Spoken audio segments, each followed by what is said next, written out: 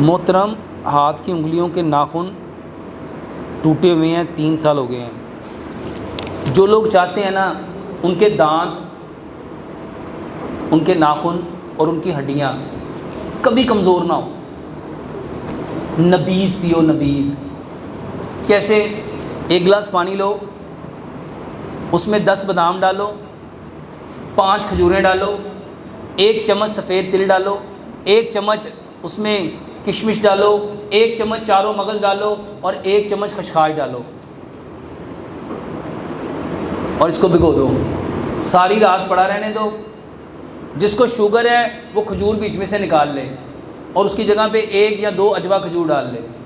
صبح ناشتہ کرنے کے گھنٹہ 1.5 گھنٹہ بعد اس کو گرائنڈ کرو۔ اب گرمیاں ہیں تو پانی میں ڈال کے لو، سردیاں ہو تو اس کو ویسے بھی کھا سکتے ہو۔ جو سرد علاقے والے ہیں، ٹھنڈے علاقے والے ہیں، وہ پانی میں نہ ڈالیں، ان ساری چیزوں کو مکس کر کے ایسے ہی کھائیں۔